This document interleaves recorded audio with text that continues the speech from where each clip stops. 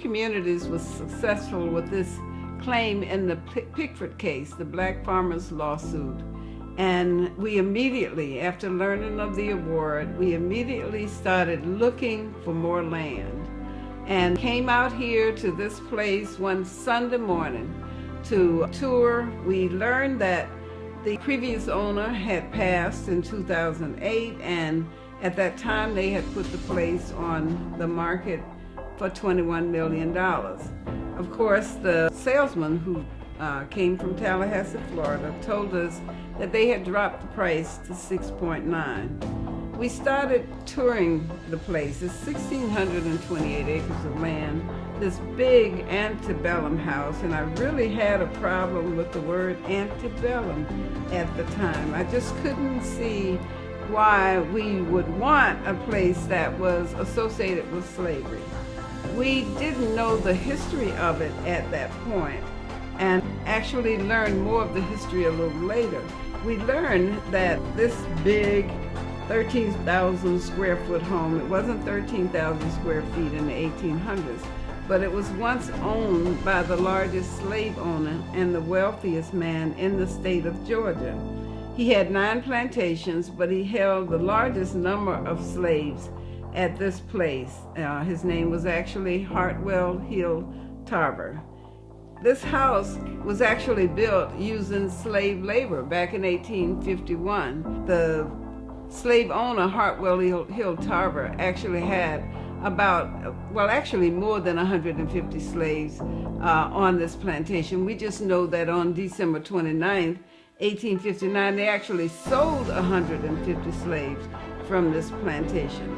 Part of its history is that Jefferson Davis, when he was on his way down into Mississippi, actually spent 5 nights here in this house. We know that because he had a dinner party for some of Albany's finest while he was here.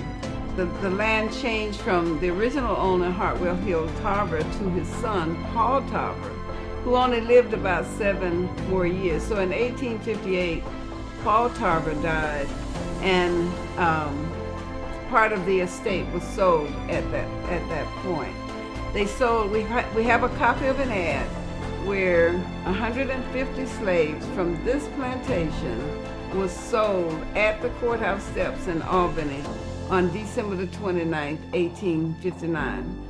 Part of what we're trying to do as we move forward with this property is try to find descendants from that 150 slaves sold at the courthouse steps in Albany. We found one family very quickly, the Phipps family. We know Judge Herbert Phipps. Judge Phipps recently retired as the Chief Justice of the Georgia Court of Appeals.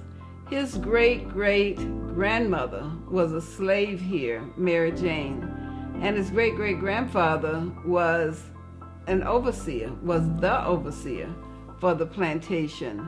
They had about 4 children before slavery ended, and they married after slavery ended and had a total of 8 children. So that's one family. And I've also found another slave whose last name is Tarver, and turns out he's part of an aunt of mine and a brother-in-law's family, the Tarver and Jones family.